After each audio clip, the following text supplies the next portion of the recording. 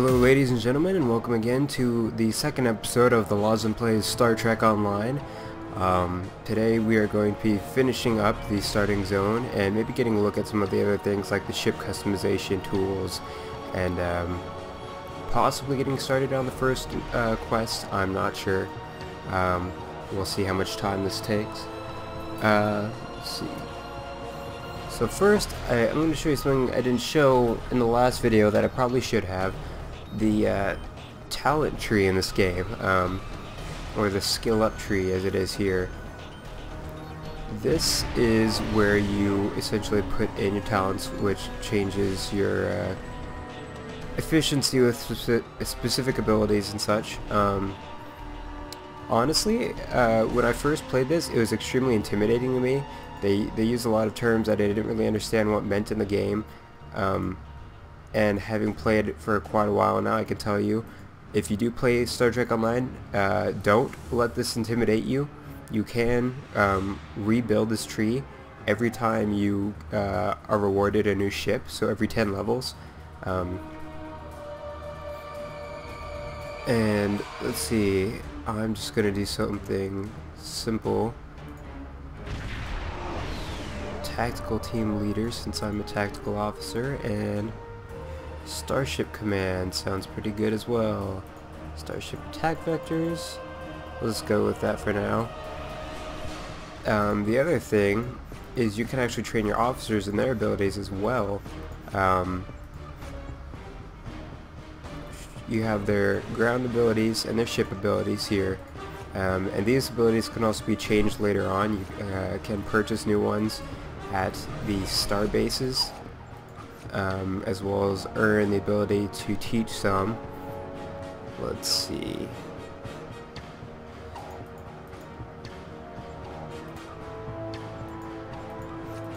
Okay. Oh, did I not? I guess I didn't accept that.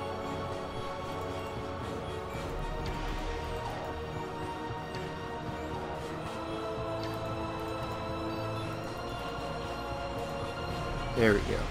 Alright, so let's go ahead and get finished with this quest here. Defeat the Borg invaders, locate the Federation beacon. We can do that.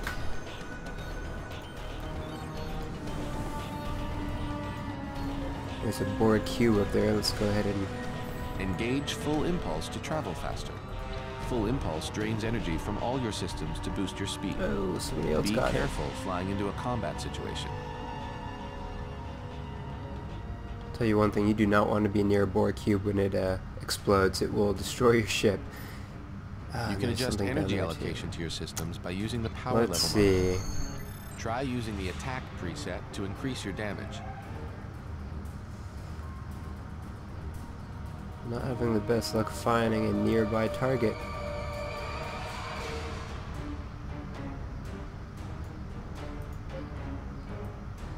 You can adjust energy allocation to your systems by using the power level monitor. Try using the attack preset. You can adjust energy allocation to your systems by using the power level monitor. Try using the attack preset to increase your damage. That? Whatever. Oh, I see. Aha. Let's see if I can turn around fast enough.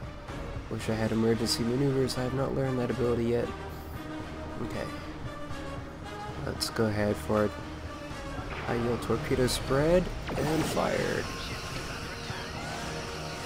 Now, one of the other things I haven't mentioned that I probably should have is there is an auto attack option. If you right click your abilities, they'll get this green box around them.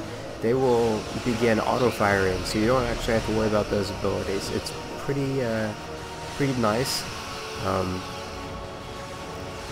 If you're somebody that turns and controls your ship with WASD keys, sometimes pushing the first few numbers can be kind of difficult for some people. I actually use a Razer Naga mouse, so I have all 12 numbers built in on the side of my mouse, which is pretty nice. So I don't actually have to worry about it, but I just kind of do it just for the convenience. Call me lazy, whatever.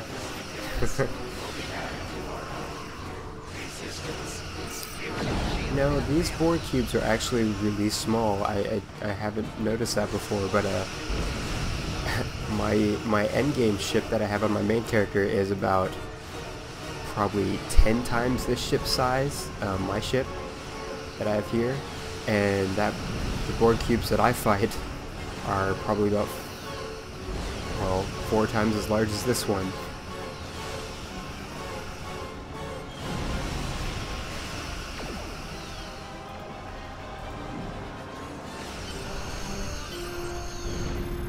Ooh, science console, alright.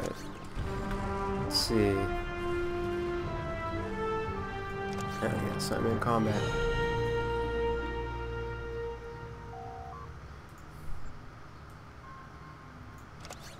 Alright.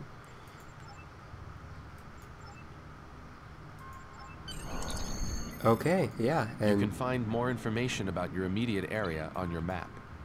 Press M to bring up your map. that was the end of the tutorial. Now we're actually going to the actual game, so I'm going to warp to the Sol system here, which is of course where Earth is, and probably show you guys how to customize the ship first. That's one of my favorite things to do. And these are other players here. Excellent. I will return to my duty. As I said, one server means there are lots and lots of players, and I'm getting a fleet invite. No thank you.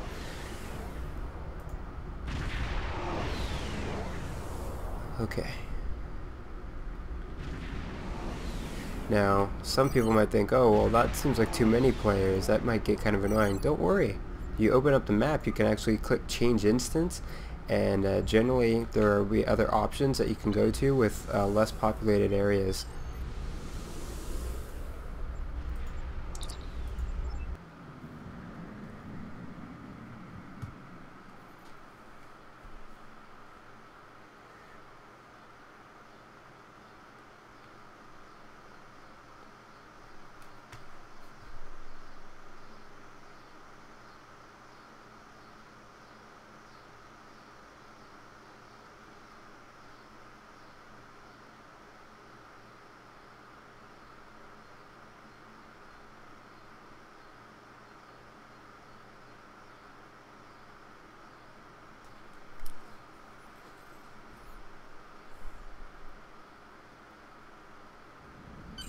Okay, here we are in the Earth space dock. One of the things I didn't mention last time also, I did do a bit of stuff while not recording. I claimed a couple officers that I had earned through special events and such, like purchasing the deluxe edition of the game. As well as this armor, there are multiple armor types that characters can have. You don't just have to have your basic clothing, and if you prefer to have it, you can disable the visuals of that, and even the visuals of your kits, to just have your normal look.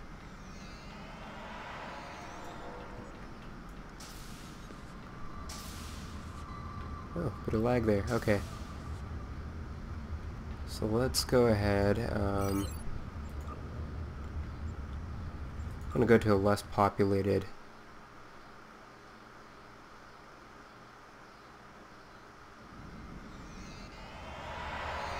Alright.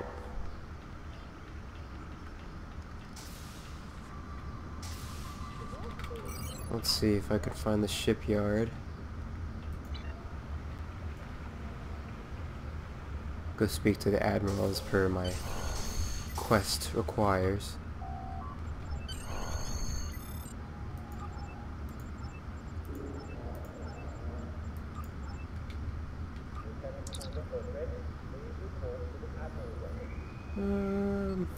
Tactical relay, sure.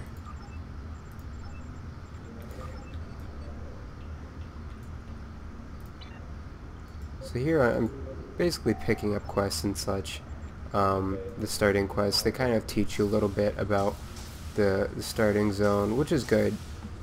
It can be a bit confusing at first. There's a really cool feature that they have in here. If you hit L, you can open up all your missions. So these are ones I haven't picked up yet. I can then hail and pick them up. I don't have to be in the vicinity of the quest givers to do this. You can do this from anywhere. You can also turn in quests from anywhere by going to in progress, ones with a green check mark. You click them, you click Hail Starfleet, and you just turned it in just like that. And again, you can do that from anywhere. It's very useful. No traveling back and forth, turning quests, which in this game is for the better. As you do quite a bit of traveling out in space. So let's see here. This is the shipyard. This is where you can go to customize your ship. There are pre-made templates and such. We're going to click advanced because it gives you more options. This is what you want the inside of your ship to look like. I'm going to pick one of my favorites, the Justice Bridge, which is the style you see in the Next Generation aboard the Galaxy class ships. And no, stop that. Okay. Oh, I might have to hold off on that one. I don't have the credits I require just yet. Okay. You can change the materials of the ship. Basically, that doesn't have any effect on the ship in game. It just affects the way it looks. I usually end up going with number 4. I like that dark black brushed metal look. I think it's pretty sleek. It looks really nice and with the black background of space. Change your windows as well. I always like the bluish windows, but I always have a hard time picking between 2 and 3. It really depends. I think I'm going to go with 2 for this specific ship. You can change colors a bit too, like this. Generally doesn't affect very much.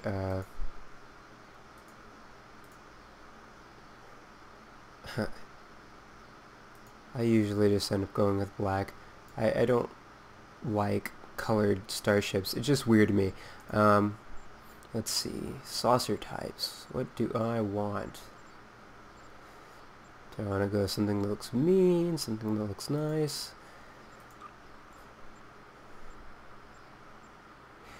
You know, I don't mind those nacelles. They're pretty nice.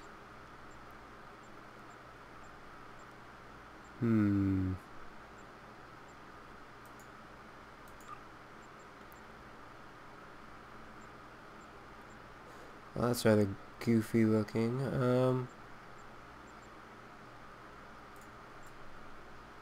It's kind of interesting.